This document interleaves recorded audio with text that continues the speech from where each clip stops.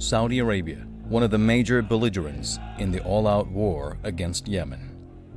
Armed to the teeth with state-of-the-art weapons, Saudi top brass were under the impression that they would win the war easily.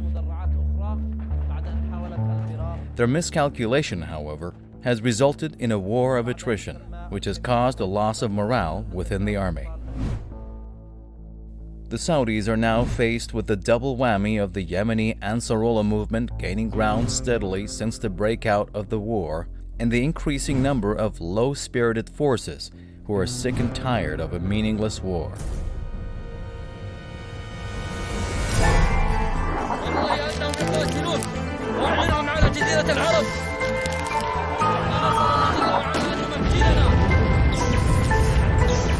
الحادث اللي حدث مؤلم جدا لجميع السعوديين.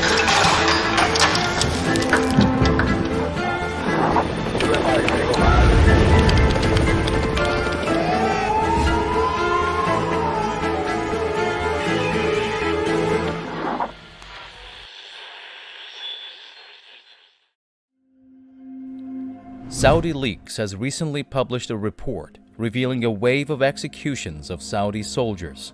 According to the whistleblowing website, the Saudis recently sentenced to death a number of soldiers who had refused to fight in the Yemen war. Yet such barbaric measures have not helped the Saudi soldiers restore their morale in the battlefield. So we're seeing a lot of defections in the Saudi army, but more interestingly than that, there are actually a lot of defections into the Ansar Allah that have happened from the Saudi army.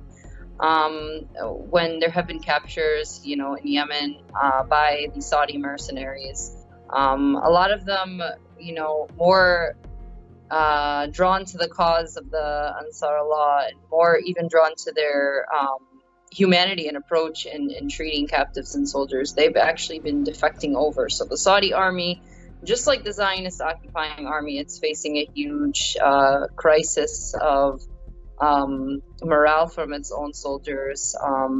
There is really nothing that is, there's no cause or no reason that's really keeping them together.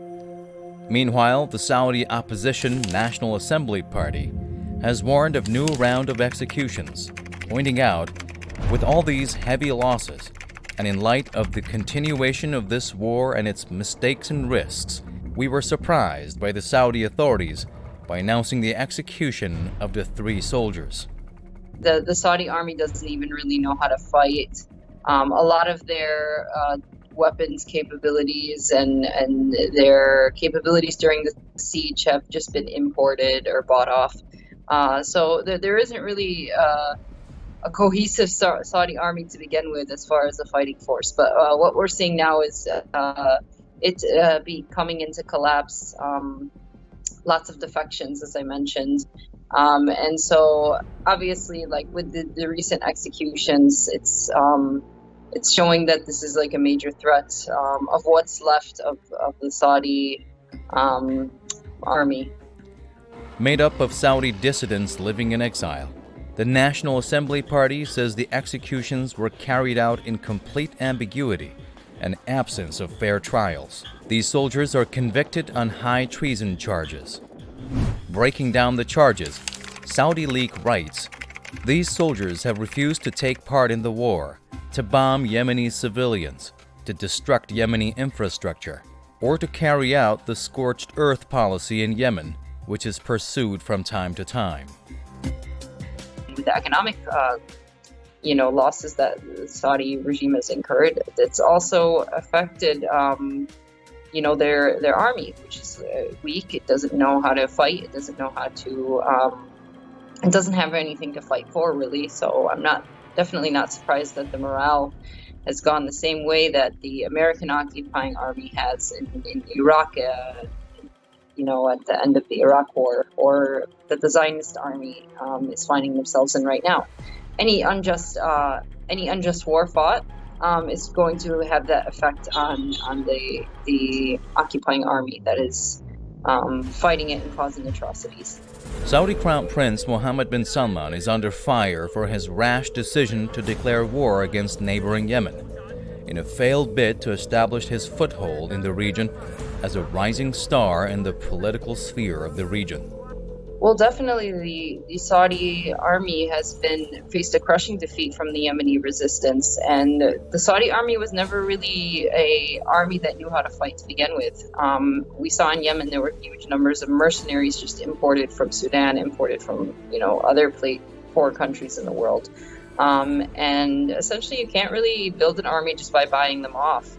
Saudis have never had to really defend anything, defend their territory. They've always just been a fake comprador nation that has been bought off and built off their ability to be bought off too.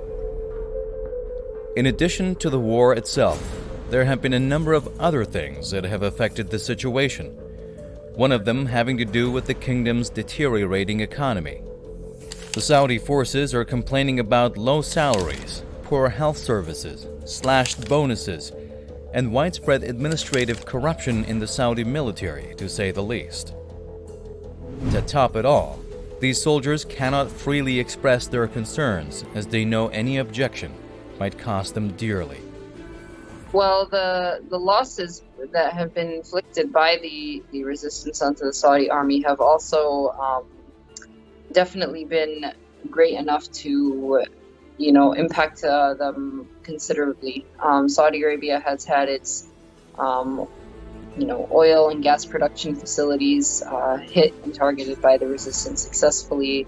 So the economic losses that have both gone east in this war, as well as the failure of the weapons defense systems that Saudi Arabia has invested huge amounts of money in, as well as the losses incurred by losing militarily have definitely had their toll on the regime's ability to pay off its mercenaries. The Saudis are experiencing one humiliating defeat after another. They have proven to be too incompetent to win a war, even against the poorest country in the region.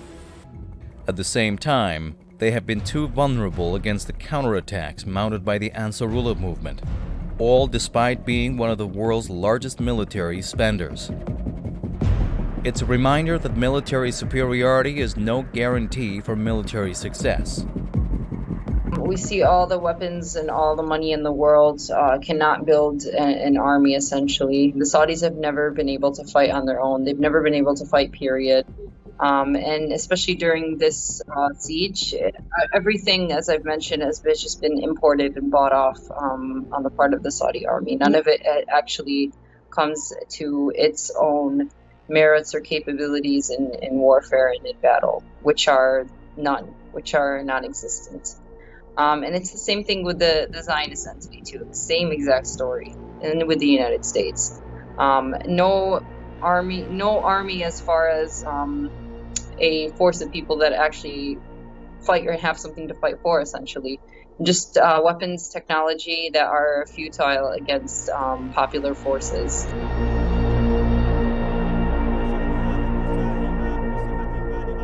The fact is, the Saudi military is simply too large, but inadequately organized, and with the personnel who have received insufficient training. Moreover, there are a lot of tribal factions within the Saudi military, which have created an atmosphere of mistrust in the establishment. There are reports of growing discontent with the Saudi military over the mismanagement of the war by King Salman and his son. Whereas the Saudi airstrike campaign has proven to be largely unsuccessful, the Saudis have not been able to accomplish any of their stated goals on the ground. 6 years into the Yemen war, Riyadh has yet to figure out how to send its forces into the battlefield against one of the most deprived fighters in the world.